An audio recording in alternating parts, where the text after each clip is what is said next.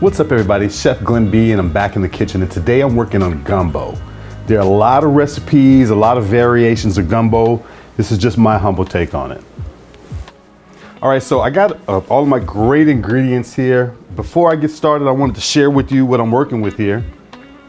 So I'm gonna add some chicken to my gumbo. I've got andouille sausage, I've got shrimp, got some crab meat, and I've got some Dungeness crab clusters here.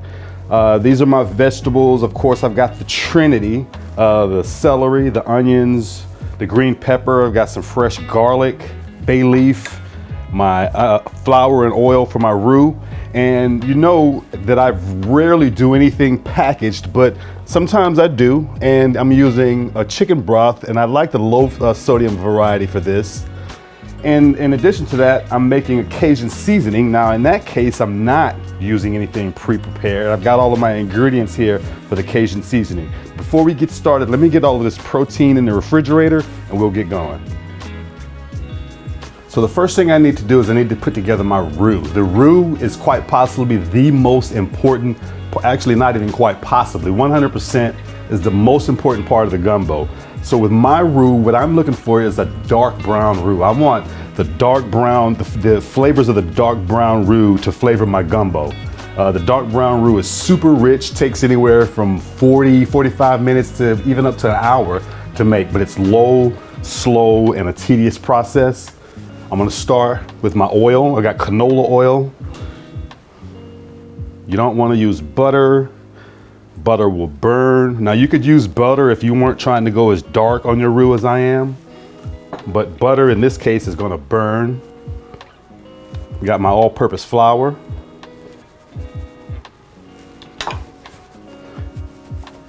And I'm gonna just get those combined. And again, this roux is gonna be dark brown, dark chocolate.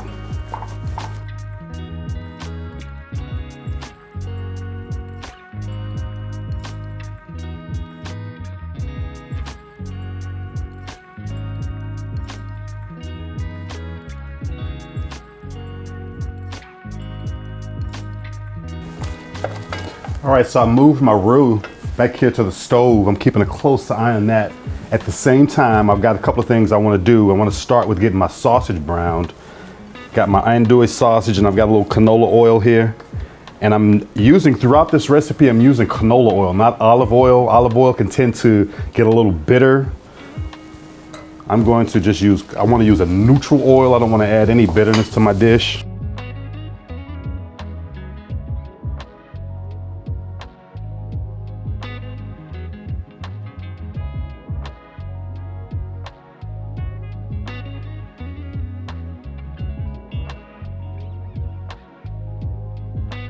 I'm gonna go ahead and just add my chicken thighs.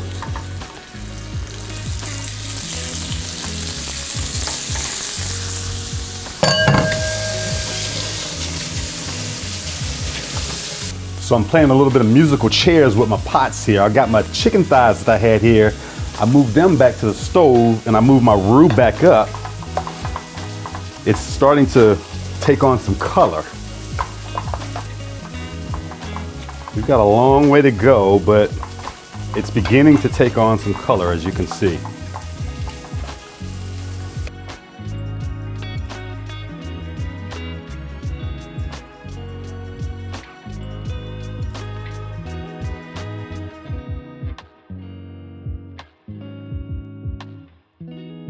All right, so my chicken thighs are done. Just gonna set this stuff aside.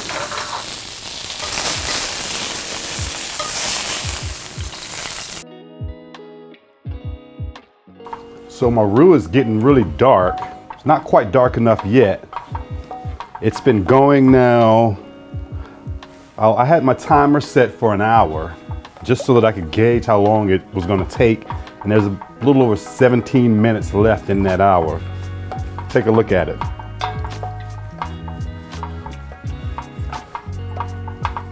It's really, we've come a long way in color from where we were, obviously. I mean, it was blonde. It was just a bland flour color. And now we've got dark chocolate, color and I wish you could smell this. It's this aroma it's taken on a really deep, rich, nutty. Oh, it's just, there's so much flavor in the smell, and that was the intention, is to try to create depth in the flavor in this roux so that it'll come through in the gumbo. That's the idea. All right, so my roux has literally been cooking for an hour, okay? And I got what I wanted out of that hour. I got a dark roux. It's not burned. In order to do this, you have to not walk away from it. You got to constantly stir it, because 1 minute unstirred could possibly mean that you have burns in your roux, and you don't want that. All right, so I'm ready to go ahead and move on to my next step. I'm gonna go ahead and I'm gonna add my onions, bell pepper, and my celery to my roux, and I'm gonna allow that to cook until it's tender, anywhere from 5 to 10 minutes. So let's go ahead and get started.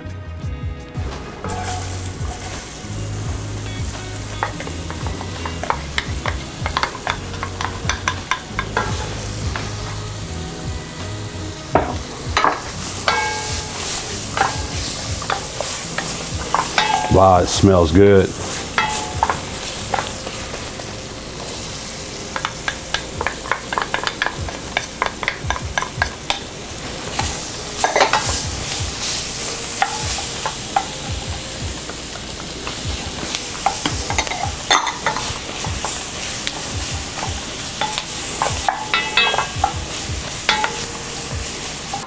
So my vegetables have been cooking in my roux. I think they're tender. I'm gonna go ahead and add my garlic. Garlic only needs about a minute or so to cook before we move on.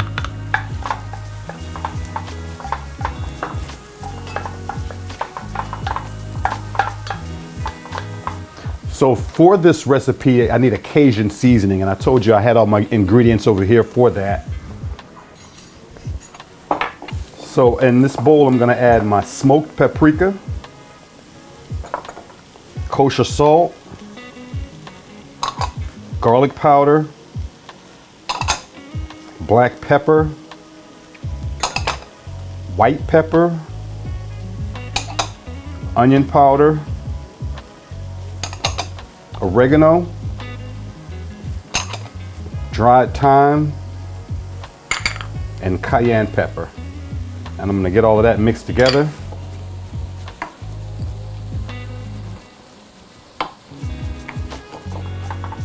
So to this pot with my roux, I'm gonna go ahead and start adding my broth.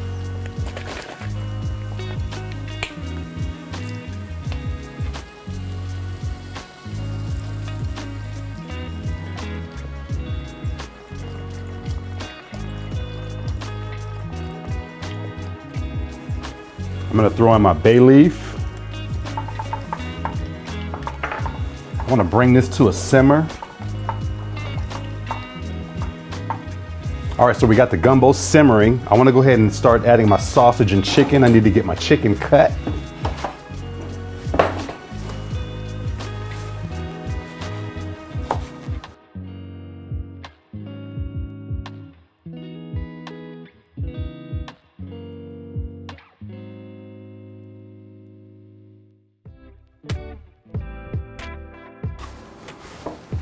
Go ahead and add that to my pot.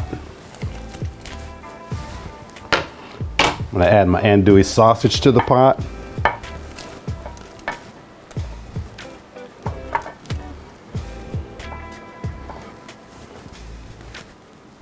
All right, so I got my sausage and chicken in there. I need to add some of my Cajun seasoning.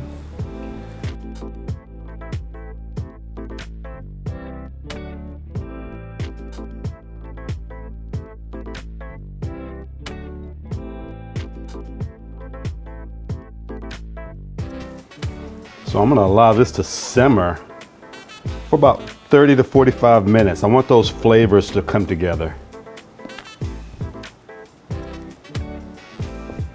So as I'm simmering my gumbo, I want to taste it, see what's going on with the flavor.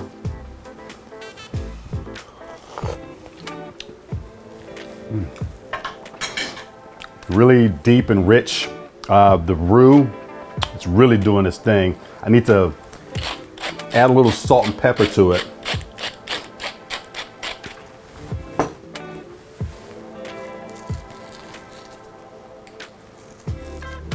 So while the gumbo's simmering, let's talk a little bit about the wine. I started off this particular video with the Quilceda Creek Sauvignon Blanc. That's 2020. I had this in mind, but I tasted the gumbo, and it was a little bit spicy. I expected a little spicy, but it was a little bit more spicy than I expected. So I thought, Gewürztraminer pairs well with spice. So I've got a 2017 Toulouse Gewürztraminer. Gewürztraminer is slightly sweet. I haven't tasted this particular one yet. And as a matter of fact, a little bit of background, Quilceda Creek doesn't even make white wine. This is such a one-off. This is a one-time thing that they did last year or a couple of years ago, and I was able to get a couple of bottles of it. And so I'm sharing it here with you on camera today. I have yet to taste this. And again, Quilceda Creek does not normally do white wine. Quilceda Creek is known for their numerous 100-point Cabernet Sauvignons. Look it up. All right, so I'm gonna start with the Quilceda Creek. See what's going on here.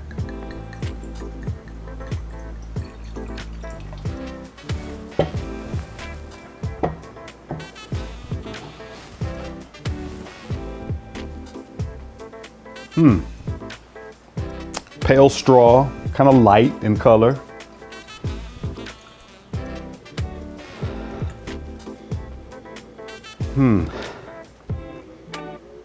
The nose is more floral than fruity. Oh, it's like a spring flower field.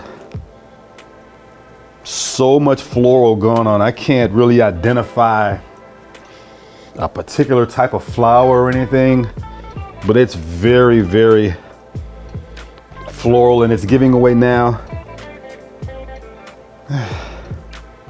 Slight fruit. Again, much more floral than fruity. Let's taste it.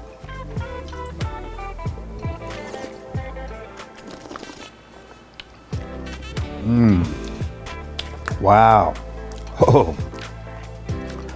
Oh, little zip of acidity, but a lot of times in Sauvignon Blancs, you'll get that zip of acidity, and then it continues and it goes too far, and then it becomes sour. This has a little zip of acidity, but it gets serious after that. It's like there's depth and concentration and balance.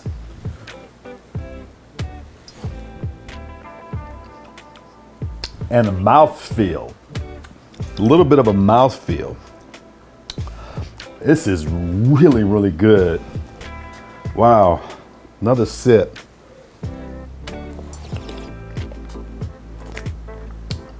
Wow. I wish I had been lucky enough to get a few more bottles of this. And again, this is a one-off. I don't know that this, and as a matter of fact, when I got the email from them, they said that this will never happen again. So that's a serious white wine there. Let's see what's going on with this Gewürztraminer. It's 2017 Toulouse, a Valley Foothills Vineyard.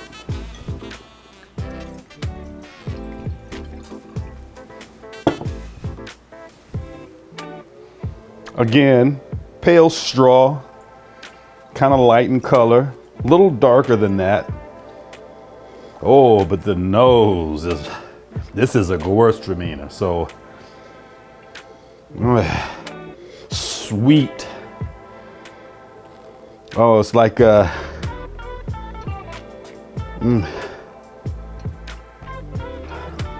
it's like a sweet syrupy candy. It really is. It's like, it smells like it has viscosity. I haven't have yet to taste it, but it smells like it's kind of thick a little bit. I don't mean in a bad way, but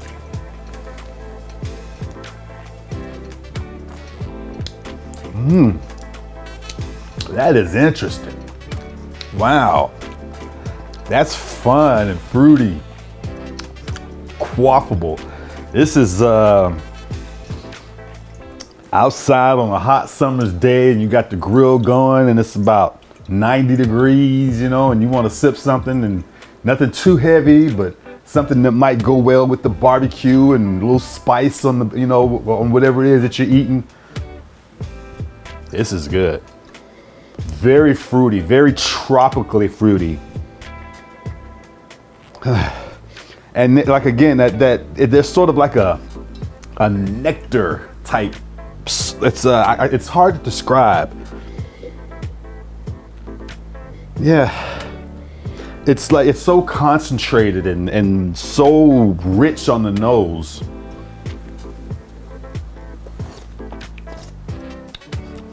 And it's slightly sweet. Not as sweet as I thought it would be, though. I thought that that nose makes you think it's gonna be super sweet.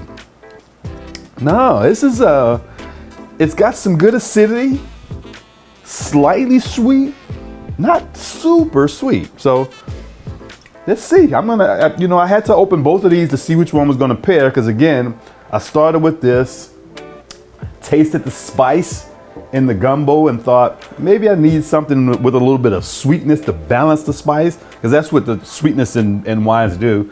When you have something like buffalo wings, or something like I don't know, something super hot, firecracker shrimp or something like that, a nice sweet wine is going to balance that spiciness. So we'll see what we're working with. We're almost done here. So the gumbo's been simmering for about 40 minutes or so. I'm going to go ahead and add my shrimp.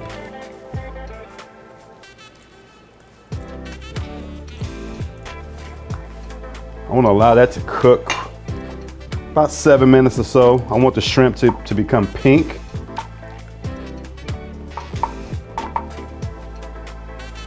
So my shrimp is cooked. I'm ready to add my crab, but what I want to do is I want to skim it a little bit first. We have some scum on the top, like scum or foam or whatever you want to call it, but we want to get rid of it.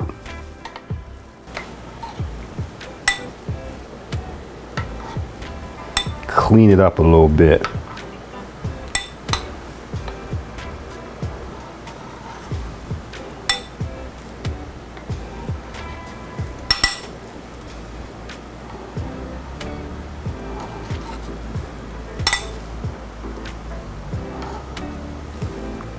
So I'm ready to add my crab to the pot. I've got these Dungeness crab clusters and I'm gonna break them up.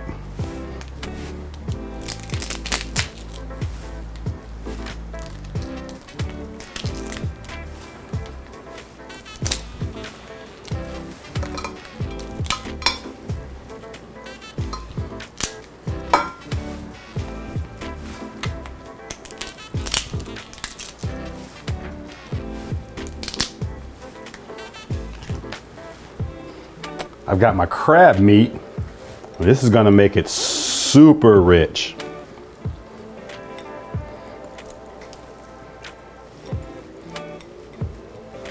Again, this is my take.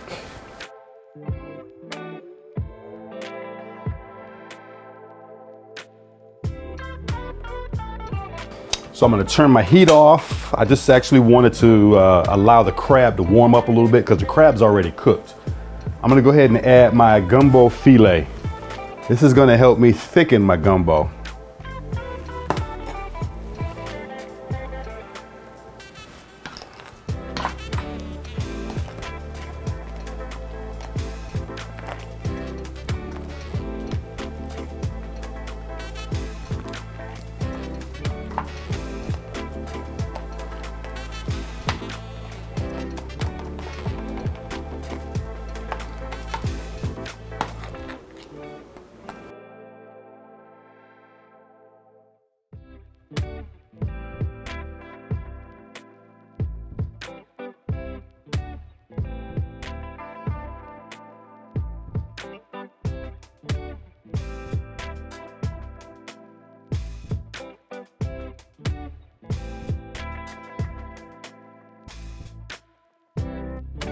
All right, so the gumbo's done.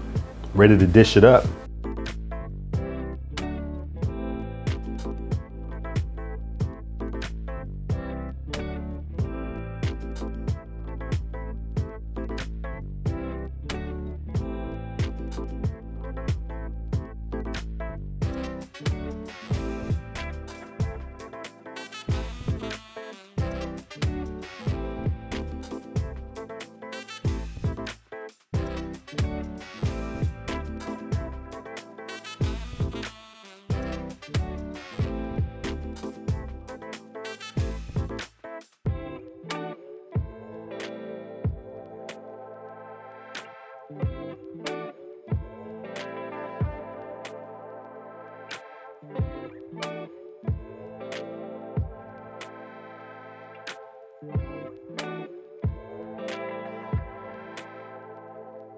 And there's my gumbo.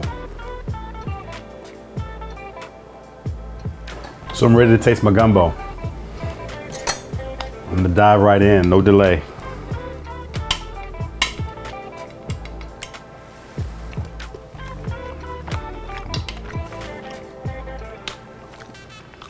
Man.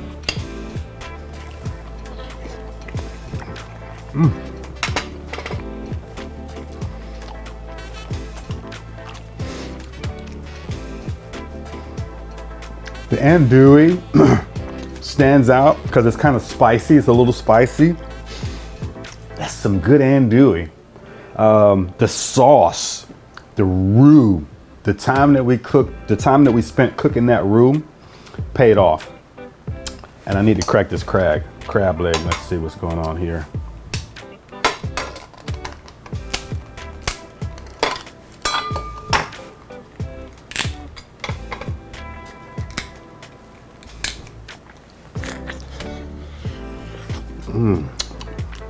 Sweet.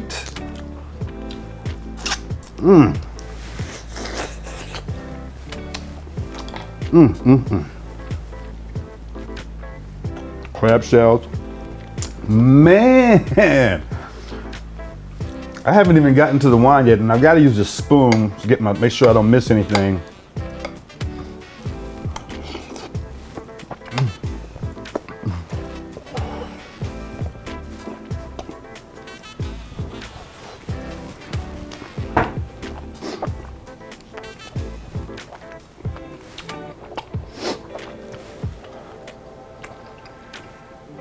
Let's try the first wine. Starting with the Quilceda Creek.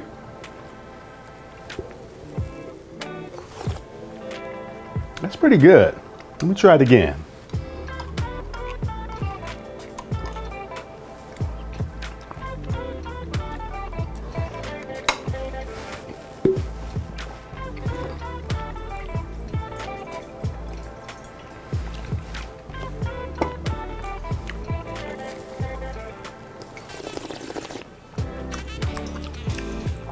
Yeah, that's not bad at all.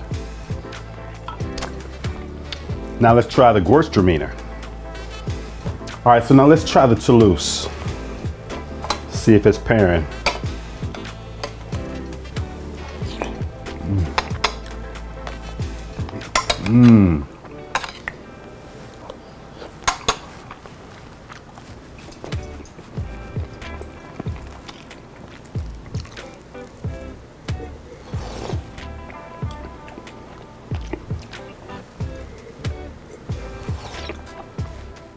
Wow, this is, I'm making YouTube history. This is the first time in the history of my channel, because I've had some situations where the first wine didn't pair and the second wine paired, or even where the first wine didn't pair and maybe the second wine didn't pair and we had to go to a third choice.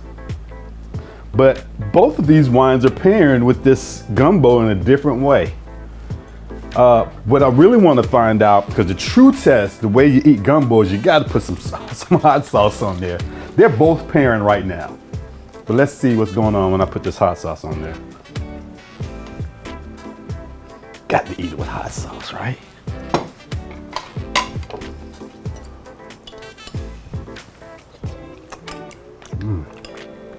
And the hot sauce takes it to another level.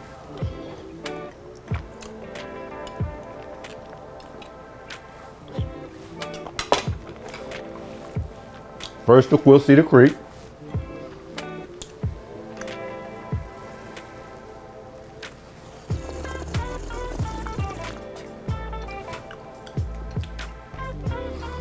It's working. The Sauv Blanc from Quilceda Creek is pairing.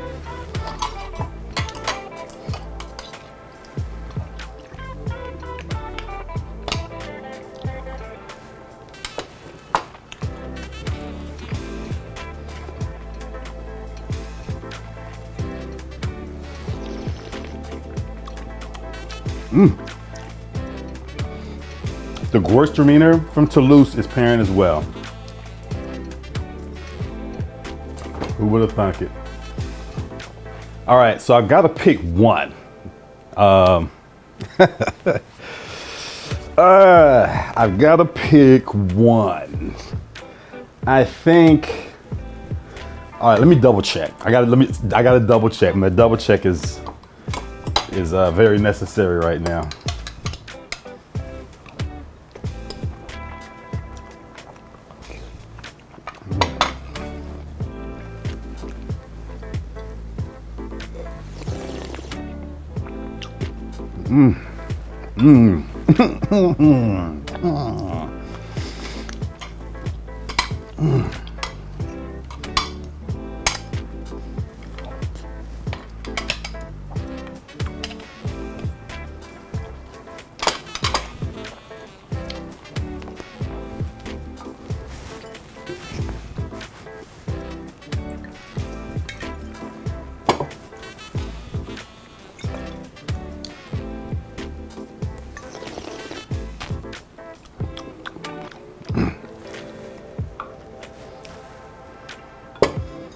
Quilceda Creek.